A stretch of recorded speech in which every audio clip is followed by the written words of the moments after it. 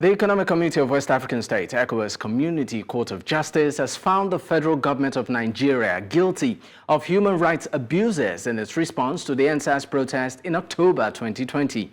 The court ruled on Wednesday that the Nigerian government's action, particularly its disproportionate use of force at the Lekki Toll Gate in Lagos, breached several international human rights standards, holding Articles 1, 5, 6, 9, 10, and 11 of the African Charter of Human and People's Rights.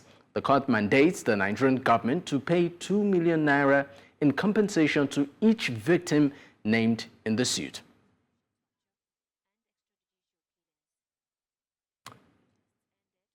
All right, now joining me on the program at this time is Steve Agiode. He is a legal practitioner from Lagos.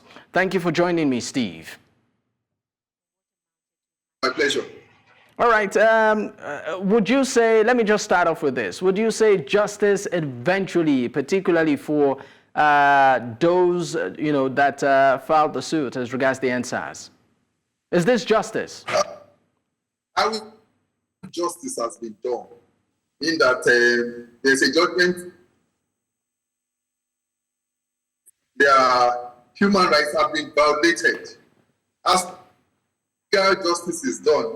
This is a treaty obligation that Nigeria entered in the African Charter.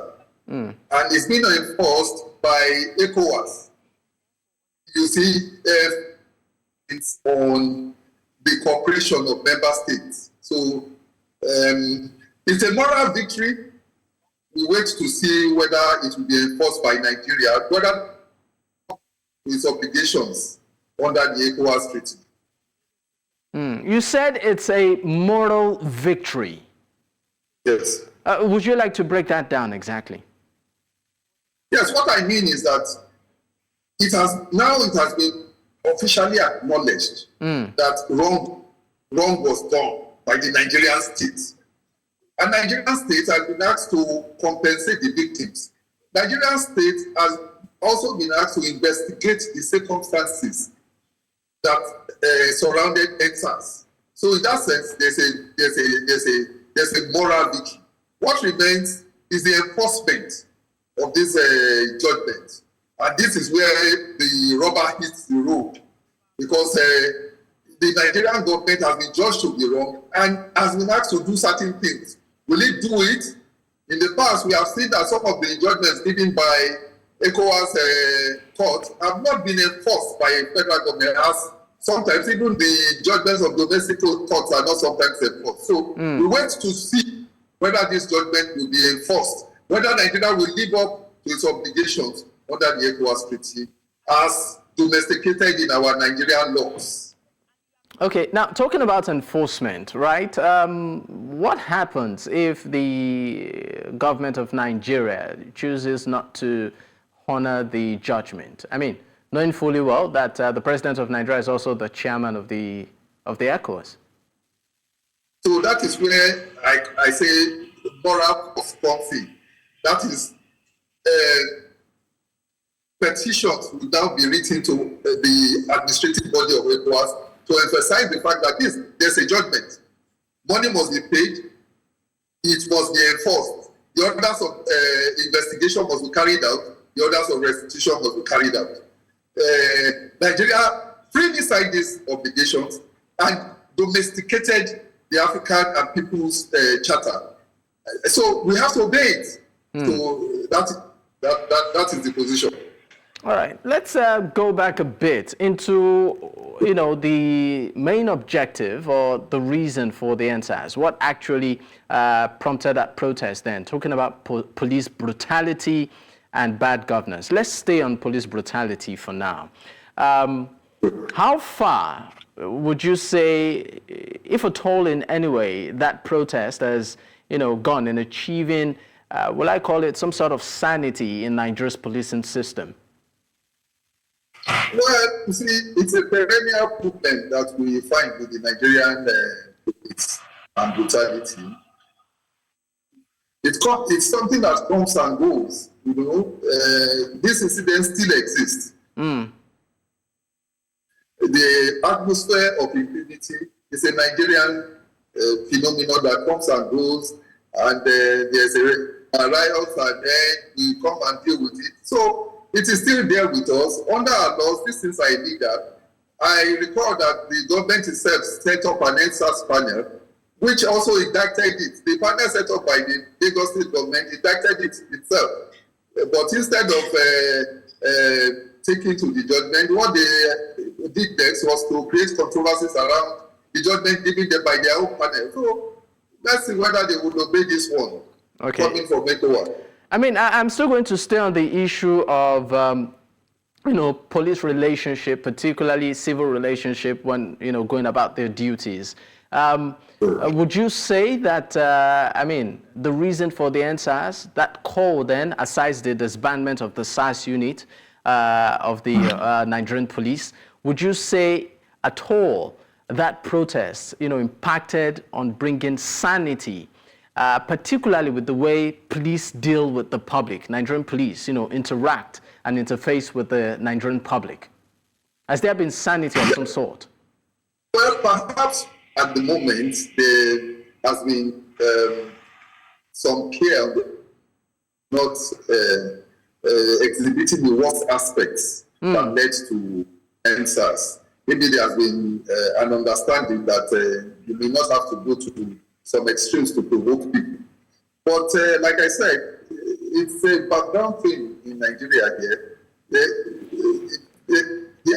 We have an atmosphere of impunity in Nigeria where people in authority feel that they can get away with anything. So it's the background of the society in which we live in. And until we move away from the stage of development we are, I'm not sure it's possible to get to a situation where human rights are totally respected. It will be up to bodies like that, the kind of bodies that took this thing to court, Amnesty International, their supporters, the civil rights bodies who take these matters to court, to continue to do so, to put the in the forefront of our national development. Otherwise, government believes the way our society is structured, it's in favor of those who are.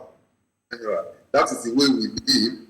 That is where we are at the moment in our stage of development. Okay, now let's also look at the aspects, because on a regular, I believe that just like myself, you also interface with policemen on the road, and some will tell you that you have some fantastic ones, but there are some that, of course, there are quite a number of reservations, particularly with the way they go about discharging their duties, and that brings to the question of the root cause itself in terms of recruitment of this personnel, training, and also disciplinary, processes or measures. Would you say that that NSAS protest, has actually been able to sort of trigger policies that would touch on these areas? Well, I would not say so. You see, the primary problem of the police, to be very fair to they themselves, is poor pay. Poor remuneration. Is it really about poor remuneration or the mindset? Well,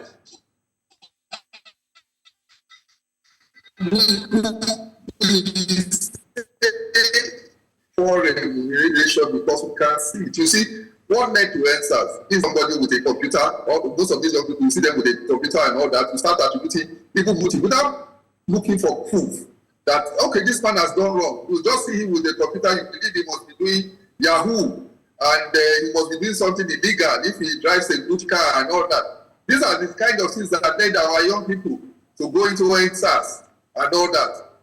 Yeah, and you see, what will lead you to see a man who is riding a good car and having a computer? What will lead you to try to extort him? If you are well remunerated, you probably will not do that. There's that. There's poor training too, which leads to these kinds of things. Poor training, what kind of training are they being given and all that? So It's part of our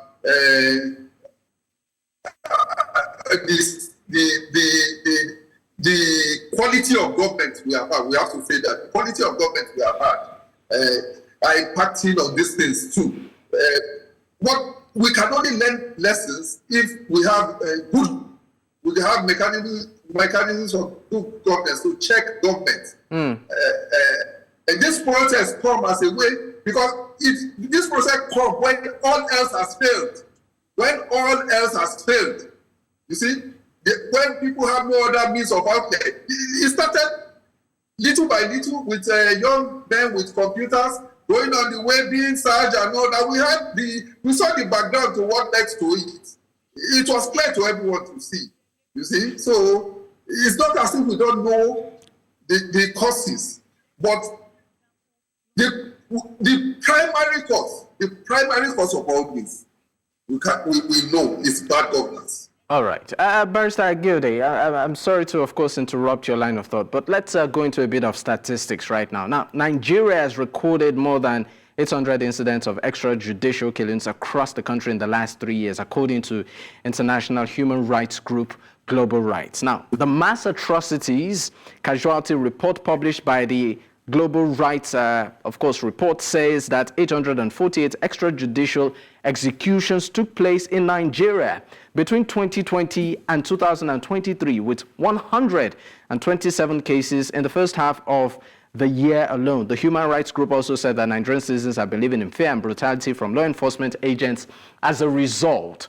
I mean, if you look at these statistics, according to this rights group, it's pretty much alarming. And that brings to the case the aspect of, disciplinary measures, particularly for erring officers. Do you think, or are you of the opinion that, these officers with the so-called disciplinary process that they have serves as enough deterrent for them not to abuse, the privilege of that uniform?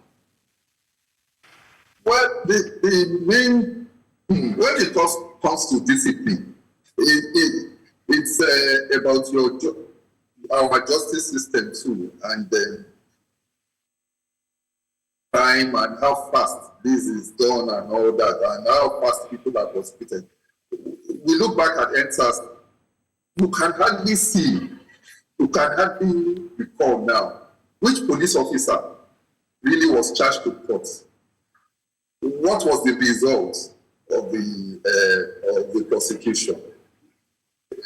One would have thought, as at now, as an ameliorative, the police put out the statistics of officers that were found culpable during the NSAS, particularly those identified by the panel, who are then subsequent by the panel set up even by the Lagos State government, who are then charged to court to say that, look, we are addressing these issues. But we don't have anything like that. We can't even point to one single police officer who was charged to court as a result of this NSAS matter. So that's on one part. In fact, instead of focusing on, okay, let's address the issue of those that were the atrocities that were committed that led to NSAS, or those that were committed within NSAS, governments are taking the stance that nothing wrong was ever done. You see, this is what I call bad governance, because good governance will focus on what was wrong before, what led to it, charge those ones to court, then what during the protest, what happened, charge those ones to court. We don't just go into defensive mood and say, oh, nothing wrong was done. If nothing wrong was done, if society was moving in the proper direction, why did you have NSAS protest? Nothing was done to address it by our government. Who in that right seeming authoritarian? Who in that right do not look like democratic governments? Okay. Between you and I, we cannot say one or two officers that were charged with crimes in the events leading to NSAS, in the events during NSAS. This is very sad. This is very sad. All right. Let's talk about police, citizen interaction. We've seen cases where some, officials would actually say that in defense of this law enforcement agents, that your approach also matters. Your appearance too plays a key role. You try not to, sort of engage them, especially vehemently or aggressively. You should be civil in relating with them, particularly in the interest of your own safety. I would like you to speak on that. Do citizens actually have a role, in determining the tempo or the pace of interaction or the style of interaction with men in uniform? Well, or the outcome of the interaction? This is the point. The fundamental human rights, part 4 of our Constitution states for these fundamental human rights we have. We have a right to life. It doesn't depend on your interaction with anybody. You have a right to life if you have not committed a crime. Most Nigerians don't attack police when they see them. No one can tell me that. You and I know that the average Nigerian, when he confronts policemen, doesn't go and attack them. So what are you doing that for? No, but the average Nigerian does not simply do that. The average Nigerian may argue with the policeman, oh, my car particulars are okay and all that, but no, it's police. Now, yes, human live with themselves. See how Nigerians are so aggressive. That requires that their right to life, their right to dignity of the human person should not be respected. I simply don't see it. So, yes, human beings, not even police, in relating with other human beings, yes, we should be civil. But Nigerians excessively agree. It would be wrong to say so. I interact with police on a basis, on a daily basis. I don't find that, and I see other Nigerians in that. I don't find that Nigerians are unduly aggressive. Okay. And then you see, look at the way Nigerian police is set up. Every Nigerian. All right, Steve. I'm sorry, but we'll come back to your line of thought. With Steve, yes. If you can hear me, we need to go on a quick break. When we return, of course, you pick up from where you stop. Stay with us. You're still watching Politics HQ on News Central Television, and of course, we are looking at the recent ECOWAS court ruling as regards the EndSARS protest, where individuals that pushed or actually filed a protest against them were actually awarded 2 million naira as compensation. And of course, we are discussing the outcome of that ruling. You can see the findings there, the key findings there on your screen. You can actually go through to it. Now, we have joining the program right now, Lambert Oparah is a former director, National Human Rights Commission. Of course, I still have Steve Agiode, is a legal practitioner, who, of course, started the program with me. Gentlemen, thank you for staying on. Let me start this second half with Lambert. Lambert, well, looking at human rights, first, let me know your reaction to, of course, the ECOWAS court ruling or judgment as regards, the EndSARS protest. And let's also look at human rights generally in Nigeria. I actually read the statistics talking about, police brutality and all of that.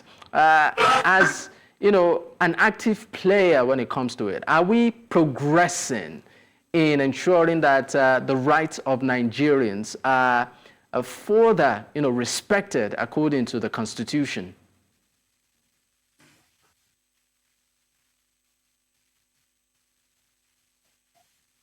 Lambert, the question was for you.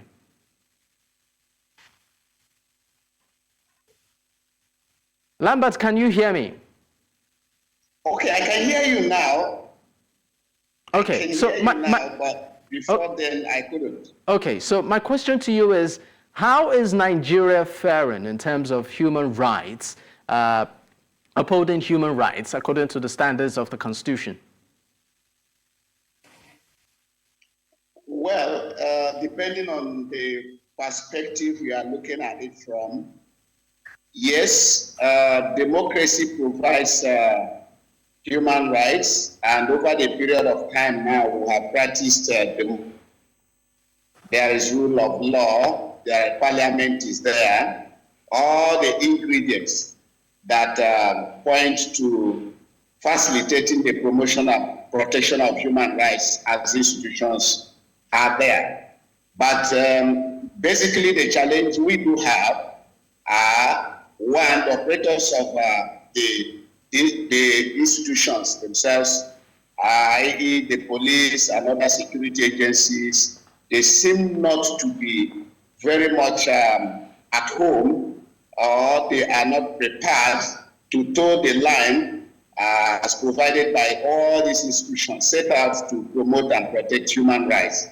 But so far, it's not been too bad because, of course, if you trace back where we are coming from, we could say we have made significant progress in the course of our journey towards the propagation of human rights in Nigeria. Institutions have been set up, institutions like the National Human Rights Commission, the Code of Conduct Bureau, and so on and so forth. Those institutions have been doing great work amidst challenges.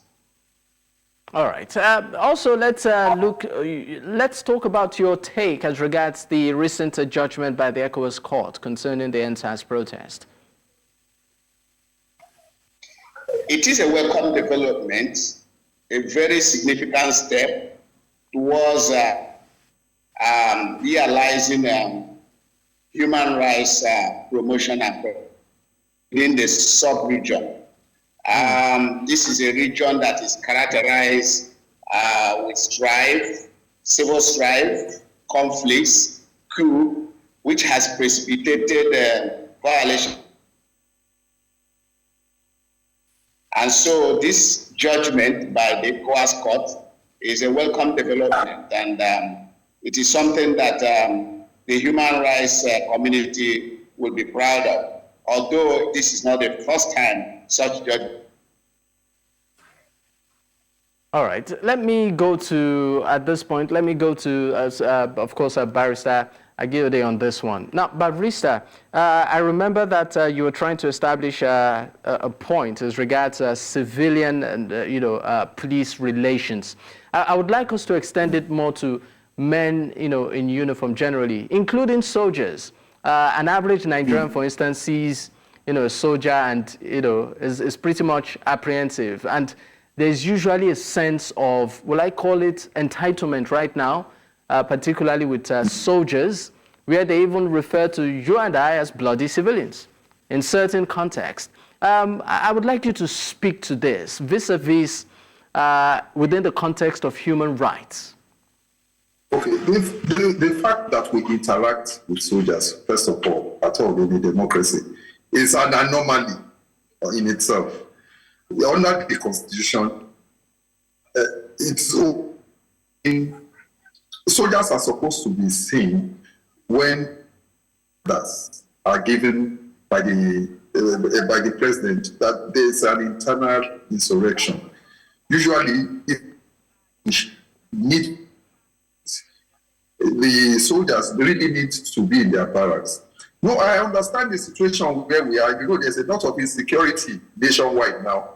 And in some parts of this country, there's a lot of soldiers, because we don't have enough policemen addressing internal crisis. Is to fight when there's a total breakdown of law and order, and there are provisions in the Constitution as to how to declare state of emergency and how they come in, and their powers are given to for declarations going to the National Assembly. Actually, one of the problems we have is Barrister Agiode, Well, I might just need to leave you for a moment. We seem to be having a bit of connectivity issues with you.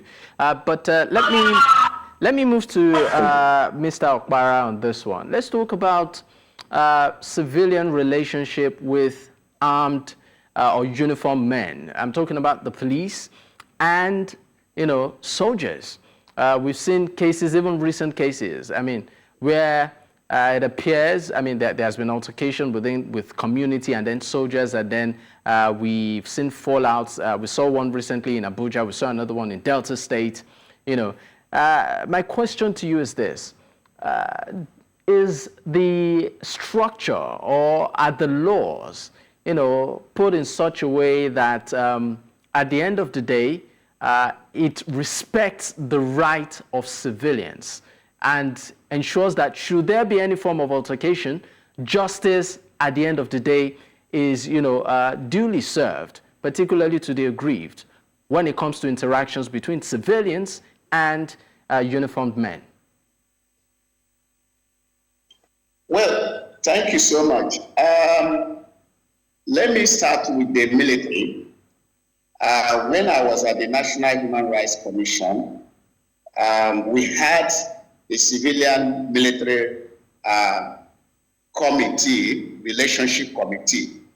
And that committee ensured that there is healthy relationship between the civilian population and the military. Of any infraction, there are various instruments that would have to ensure that peace is restored, normalcy is restored, or such things are nipped in the bud before they even. That is for the military. These two, similar thing is also there. There is also the police civilian relationship committee too.